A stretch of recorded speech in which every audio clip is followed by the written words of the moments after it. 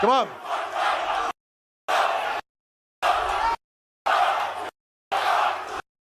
I'm actually mildly disappointed. I thought it would be so much louder. Okay, and you're going first tomorrow? I heard you said that. Mm-hmm. That is Pizzagate, homie. What? What? I was on Jimmy Kimmel. I said I'm ending the show. I said I normally go to bed early, but I'm going to have to stay up late for this one. I guess people didn't read between the tea leaves. Like, we're last. I don't know how the rumor started. I think there's it's difficult to conceptualize that. Again, I don't make the menu, and if I show up tomorrow and they want me to go on first, well, that's what I'm going to do. But it seems the Heels Advocate has to make another video exposing this fraud. Triple H, Triple L, and today I had to bring out his arch nemesis because I wasn't strong enough to attack this demon alone. I had to break out the WWE intern, former WWE intern in kayfabe, Mr. Intern John. Say what's up to the people. What's good, everybody? Well, I'm here with Big H-A. You already know who this is, all right? The high-rise, living, work, wife, still in it, third job. What's up, son of a gun. Right? Son of a gun. So as you guys saw at that intro, we literally had John Cena say, oh, I don't know how this rumor started with me being the opening match, when literally weeks before this, I think maybe like a good week and a half, there was already rumors of Cena being the first match opening. And it was the same week when Cena was doing like a lot of press, right? He was on Jimmy Kimmel and he literally said that himself, right? He literally said, oh, look, when I have my match, then afterwards, we're going to have another 2 hours of the entire show. And then we're going to showcase the talent that we have coming up. That's literally what he said. To have my final match, which I'll get my chunk of time, and then dedicate the rest of the show to the future. So if you tune in to Saturday night's main event on Peacock on the 13th, you'll see my final in-ring performance. Mm-hmm. But you'll also get you'll get a look at the major WWE superstars facing future stars. Oh, so the stars of tomorrow will be coming indeed. in. So I think that's kind of cool, like on the way out to give most of the programming to the future of the business.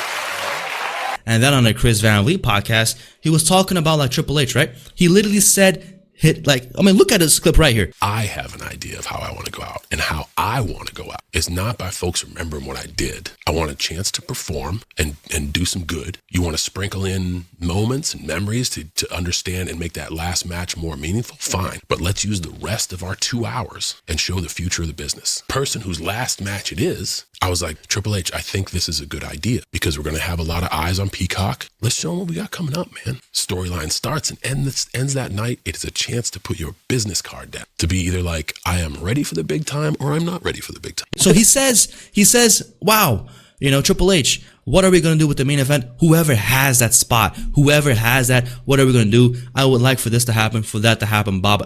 So like already in those interviews, he was like laying the foundations of like, oh my God, look, there is going to be, for example, wrestler X versus wrestler Y, and hopefully they're gonna have a good story to tell, and this is the future. He said it himself. So why now, 1 day before Saturday night's main event, does Cena come out on Pat McAfee to then say, oh no, this wasn't true, I don't know how this rumor started?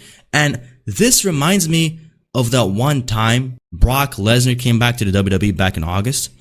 And it was like really weird. It was like almost like Cena has no idea what the fuck Triple H is talking about, right? He says like, look, Brock is back. I'm happy to see him back. And whatever the WWE wants to do, I'm happy to go along with it. I mean, look at the clip right here. Yeah, I've been saying the same thing for 25 years. They deal them, I play them. They're just trying to make the most exciting show for the fans, man. For the dozen I got them left, they deal them, I play them. And then look at the clip of Triple H where he says this is John's end of the year, his final tour, his final retirement, whatever he wants, it goes. Sort of, for me, this is John Cena's wish list. It's him writing the last chapter of his book. What do you think about that, Intern John? What the fuck is brewing here? He's a good soldier. He's a goody too, right? He's that kid that you see, showing up early to class. Hey, ma'am. Hey, I have your apple here, ma'am. He's a fucking kid like that, right? Hustle, loyalty, respect. Drink your vitamins. Do your respect. We love him. You know, We love put it him, up my bum, right? Just like he'll accept anything. I think honestly, the projection of like the whole Alex Riley situation stems from him, right? I think maybe it happened to him, right? Not to get dark and in that direction, but possibly it could have happened to him, right? Undertaker offered him a drink, forced him, and who knows, right? But I think he's a good soldier, essentially. Okay, yes.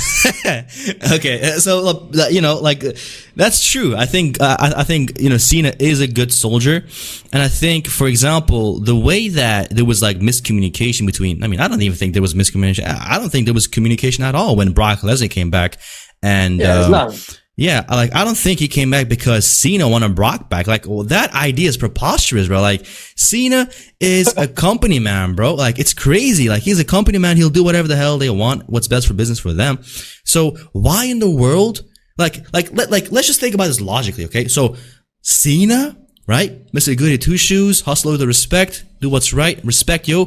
That type of guy is going to force Triple H's hand. He's going to go backstage. He's going to sit down and he's going to be, look, Hunter, I want Brock Lesnar to F5 me after SummerSlam. I need that match. That match has to happen. Bring him back. But John, he's caught up with Vince and allegations and a lawsuit. Do you really want that? You're going to ruin our business, John. What about the backlash? I don't care. Have the legal team fix it. Have him go out there and figure it out. Clear him legally. I need Brock today. Okay, John, whatever you want. This is your retirement. Whatever you want, it goes. You think that happened, bro? No, definitely not. I think it was just a schedule thing too. I think logistically, Triple H is just like, he's looking at the chart. It's fucking redlining. He's like, oh shit, I need something. I need a cheap pop. I need Brock. He goes fucking Brock. He tries to call Rock, and Rock doesn't answer, right? Why he's at a Hollywood party, right? I don't know where. Yeah. It's all about that, right? Schedules, man. That's what I think. And then it's like, knowing there's going to be backlash, right? There was clear backlash. Everybody was like tripping out, right? Yeah. But it's like, knowing there was backlash and immediately trying to shift it to John is like weird. Why does Triple H keep doing this? And he did it like tonight as well, right? Like, he said it like the same thing with like on the post show of Santa's main event. He came out, he got booed out of the building. And then he said something along the lines of like, this was like John's way of doing business. There is like a way of doing business in wrestling, and if you want to go out, you go out on your back and yada, yada, yada. Pretty much insinuating that John did the right thing. And look, let's apply that logic here. If John did the right thing, and if he did it the way he wanted to do it, in what realm was it John's decision to go up against Gunther tonight? Was it John's decision for Gunther to be his last match? Really? Hell no. Did John even have a say in any of these matches so far, aside from Cody? No. Okay, like we already know that Gunther is an NXT baby. Triple H's, project, right? It's just honestly preposterous thinking about like the visuals, right? John Cena's a jacked 50-something-year-old man, and Gunther, he looks like a piece of fucking chewing gum, right? That dude is honestly just ridiculously like terrible in the ring, terrible to look at. And it's just an unbelievable story for him to go over John Cena. It's just fucking stupid, dude. And he's like, he's 38, right? So this whole notion of like, oh, younger people, we're here to push younger people, well, blah, blah, blah. No, it's a lie. It's a scam. And if you looked at the final moments of the match, right? Look, Cena has never tapped in his career. Oh my God, he's arrogant. He tapped out to Kurt Angle. He tapped out to Chris Jericho. And then he tapped out to Chris Benoit. Bro, it doesn't fit my narrative. Shut the fuck up, bro. I don't give a fuck. It never happened, okay? The fuck, just follow the kayfabe here, right? You know what I'm saying? I don't give a fuck, bro. He never tapped in his entire career. He never tapped, bro. He never tapped, okay? So then he goes out on his last match, and then he does like a little twinkle tap on his fucking forearm. Like, did you see his face while he tapped? He was like smiling. He's like, no, not even smiling. Kind of like condescending. He's like, all right, here you go. Here's a fucking tap, you fucking goofball. Get the fuck off me right now, right? That's how it looked like, right? That's facts. That's facts. Right? So then I gotta listen to this fucking asshole Triple H come out and say, this is the way that business is done. John did the right thing. This is the way John wanted to go out. Really? This was the way John wanted to go out? He never tapped out in his fucking entire career. Now he wants to come out and tap out? That was John's idea? Just the same way it was his idea to bring back Brock Lesnar to F5 him at SummerSlam, and then to go 7 weeks without, Brock and Cena not having a fucking promo together, building up their match for 7 weeks. That was also John's idea. It was like John's idea to get F5 by Brock Lesnar at SummerSlam, and then immediately the SmackDown after, it was John's idea for Logan Paul to come out and have a match with him at Paris. What the fuck, bro? Like, I think it's once again Triple H forcing Cena to take the heat, bro. I don't get it. Like, I feel this is like always what's happening, and it's like the same thing with finish your story, like in a Cody finish your story.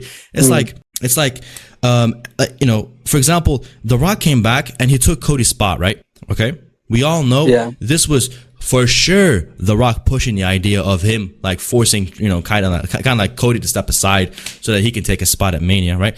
Clearly this was The Rock's idea, right? But for some reason, these freaking like Neanderthals, bro, these fucking troglodytes think, so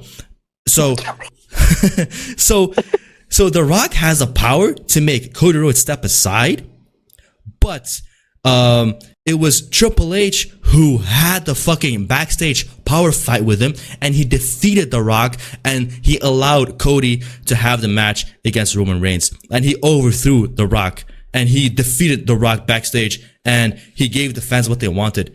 Couldn't it be fucking just the simple fact that The Rock saw the bad reception and he was like, oh shit, the people aren't digging this. How about I step aside and turn this into like a tag match? Couldn't it be fucking The Rock's idea for him to step aside? Like, why is it when something good happens, Triple H is the fucking culprit behind it. Triple H is the fucking best booker of all time. And then when something shit happens, it's like, oh no, it's not my fault. It's this guy's fault. It's that guy's fault. Oh, SmackDown didn't pull 1 million viewers. Oh no, it was fucking Halloween weekend. We can't blame Triple H. The fuck, bro? Like, at what stage are we gonna hold this guy accountable for his successes and his fucking flops, right? Like, what do you think about the whole like thing with the Rock and like WrestleMania 40? Like, do you think it was like Triple H being like, oh yeah, Rock, you can come back and take the spot from Cody, and then he was like, no, Rock, actually I changed my mind.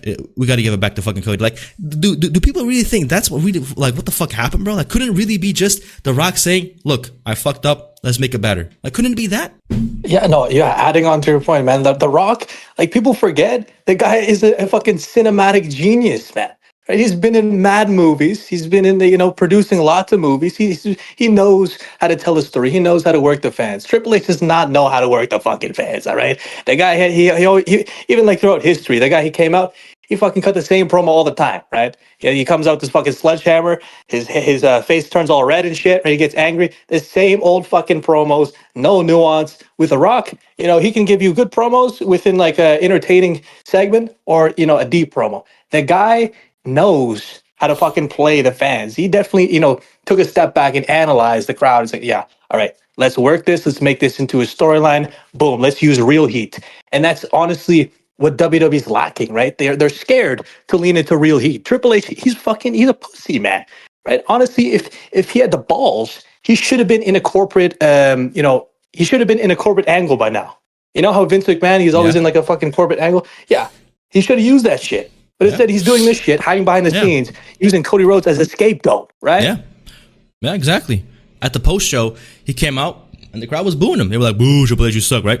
And then he's like, "Oh, that's it. I expected more." So I don't get this whole thing, right? He wants to attack the fans or like the neckbeards or like the online fans that don't exist, right? He wants to attack him at the post show, for example. But he also did it with like Logan Paul. He came on like Logan Paul's podcast and he's like, all the bitching out, moaning and yada yada yada. It's not real. All that heat online, it's not real. It doesn't exist, right? Why? Because according to him, when I go to a certain arena, it breaks a record gate.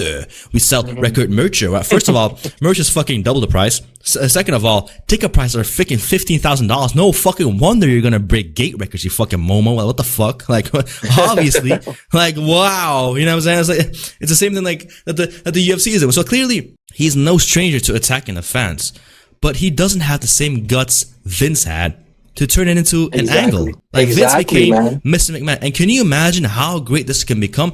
Because the fact is, we are in a new, different age. And I said this like after my Cena retired, I did like a recap video, and I pretty much said in that recap where it is almost kind of unfair to expect a, generation defining star to be created in the new social media, TikTok, short form content era, right? So like, not only do we have short form, we have the internet, and then we have like, social media in general, right? So like the illusion of a celebrity is already broken because there's like an intermediary, right? We have we have social media. Like, for example, would Michael Jackson have people fainting at his fucking concerts just simply by his aura if he was posting every day on fucking Instagram what the fuck is eating, the backstage, this, if he was doing all that shit? No, right? Because it was mysterious. Nobody had social media. It didn't even exist. The only time you heard of it was word of mouth. So he almost became like a freaking prophet, right? Like a freaking iconic historic figure.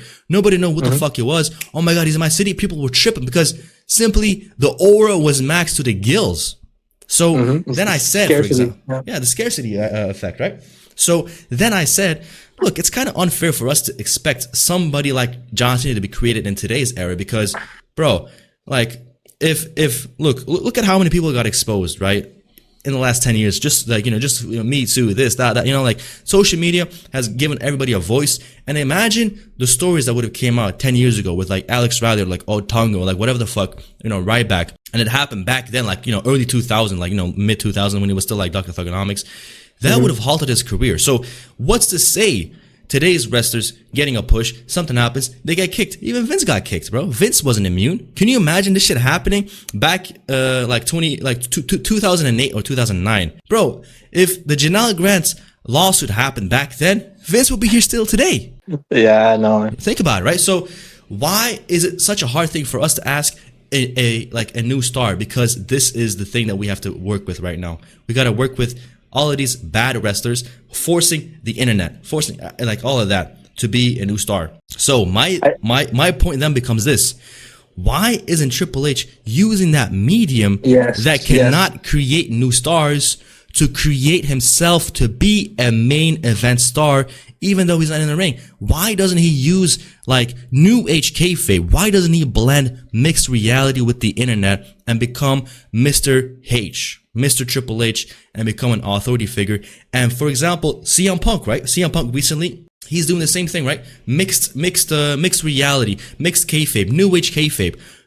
One day he's dissing the buy one get one free main event, and then the next day he's talking about like blood money from Saudi. And the next thing you know, he's crying for the same main event he goofed on.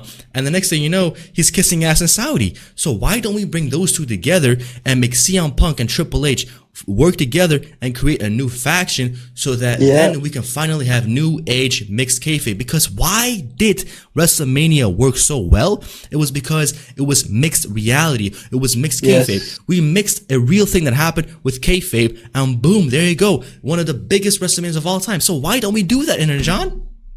Exactly, man. That's that. Even like just the principle of art, right? Vincent Van Gogh, all these motherfuckers, Picasso, they painted with real experiences. Like all their inspirations were derived from their life, right? It wasn't just, they see some fucking sunflower and they're gonna paint the sunflower. No, right? They're painting with their fucking blood per se, right? And that's what art is. That's what wrestling is. Any art form. The best fucking art comes from the heart. It comes from real shit, real life experiences, because that's what people connect to, not some fake ass shit what they're booking right now. Who fucking believes that Gunther can go over John Cena in any fucking lifetime? Nobody fucking believes that shit, right? The guy looks like a piece of chewing gum, right? I keep harping on that shit, but I fucking hate his build. His physique literally pisses me off every single time I see it. All right. I mean, and we have to pretend for some reason that he is, for some reason, like I said, portrayed as getting a push. But bro, getting a push? This fucking asshole is a 2-time world heavyweight champion, a 2-year-long undefeated reigning intercontinental champion, and he is 38 years old. He's 38 years old, man. What fucking push are we talking about? What push? Yo, the thing is too, right, with like heels in general, right? Think about Randy Orton, Edge. These guys, they aged and they grew onto us, right? With Gunther, he's not gonna fucking grow on ever. I don't see that happening for him. Who the fuck grew up with Gunther?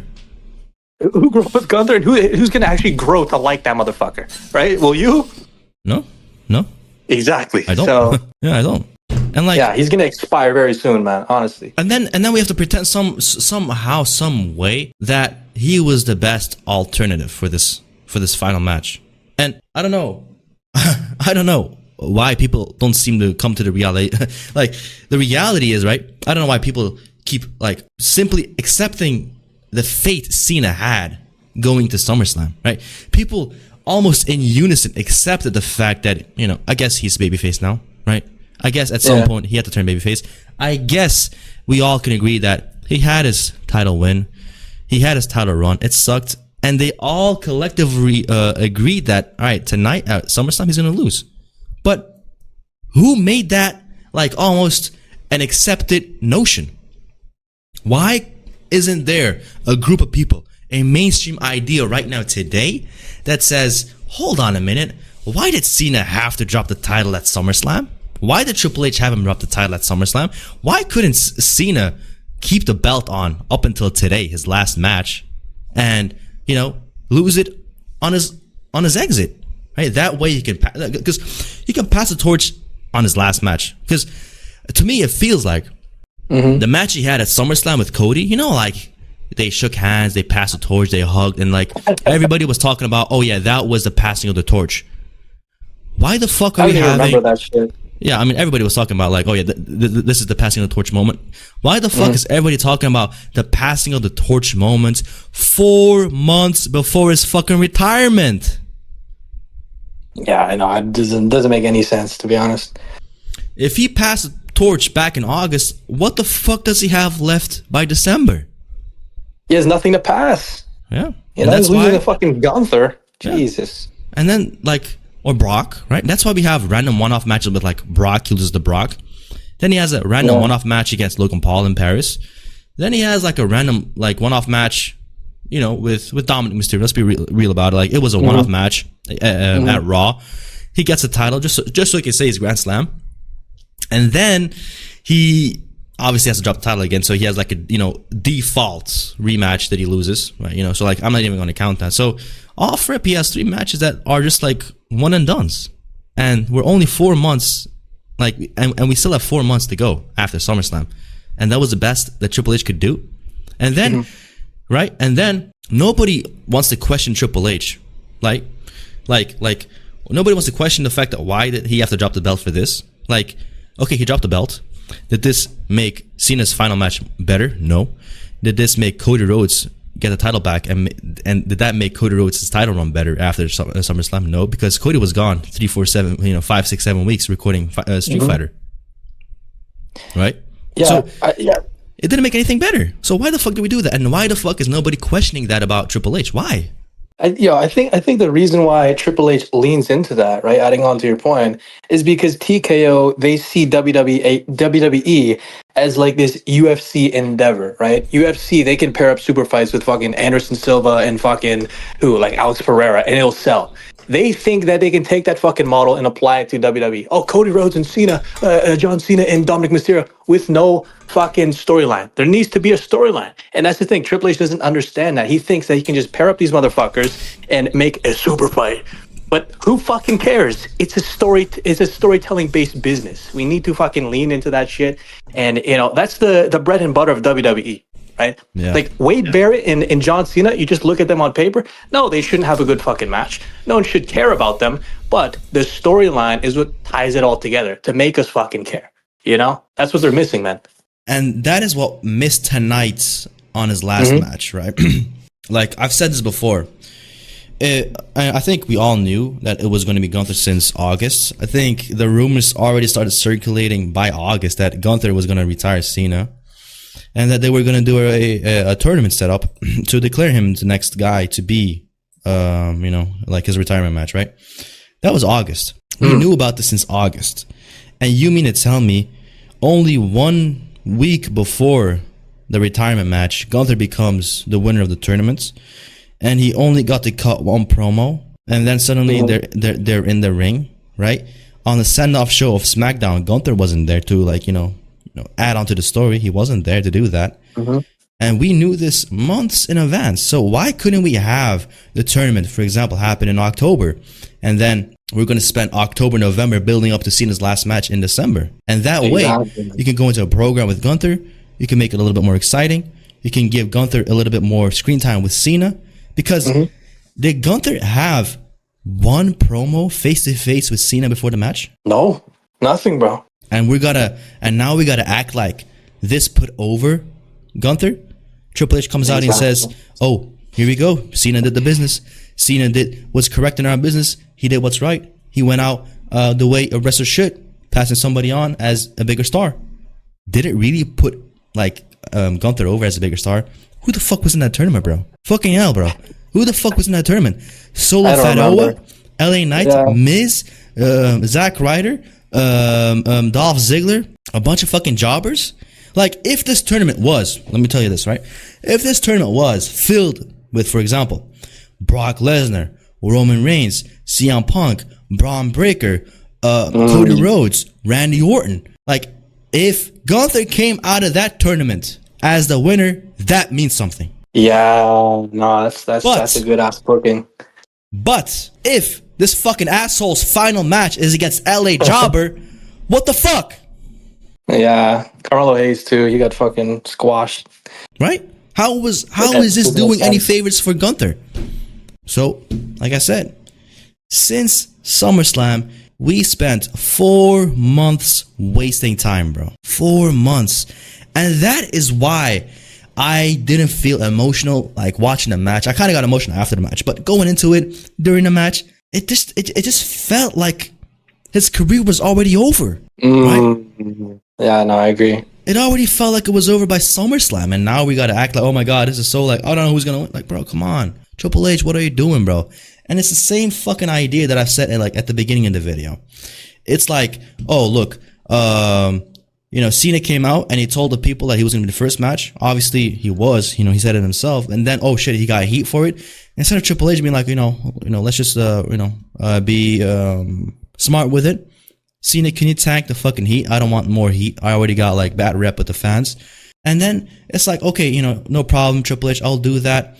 And he goes out, he does a job, and then he fucks off. And then like Triple H is gonna come out and say, Cena did what he was supposed to do as a wrestler and put over a younger talent.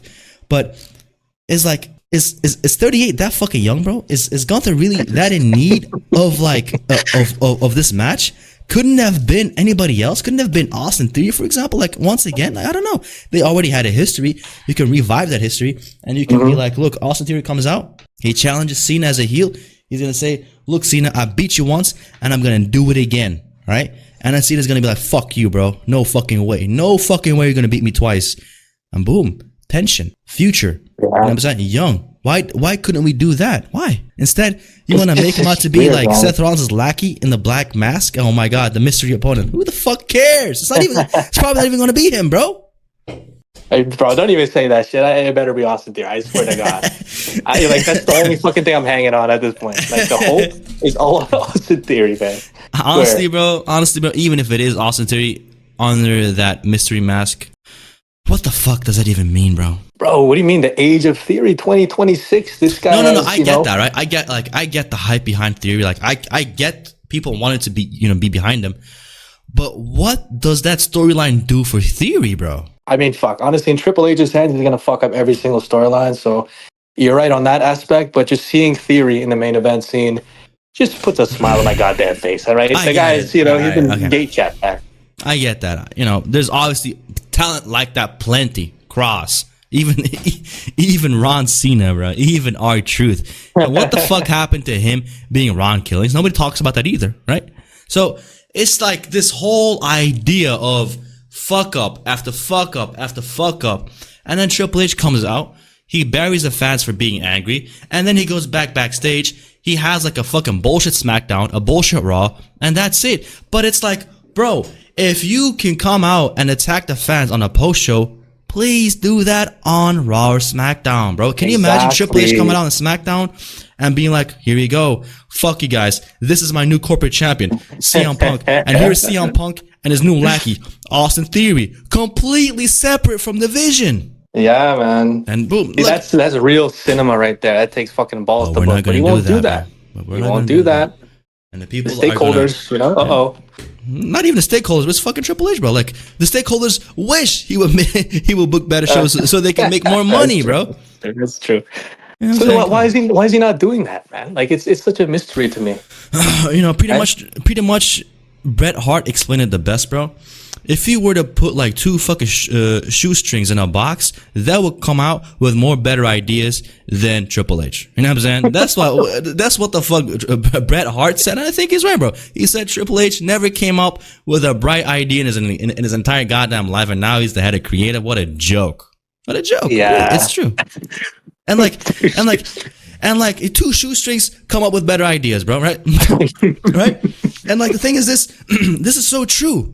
It's so true because the whole narrative was, oh my God, NXT Gold and Black was so amazing because of Triple H, WrestleMania 40 was so great because of Triple H.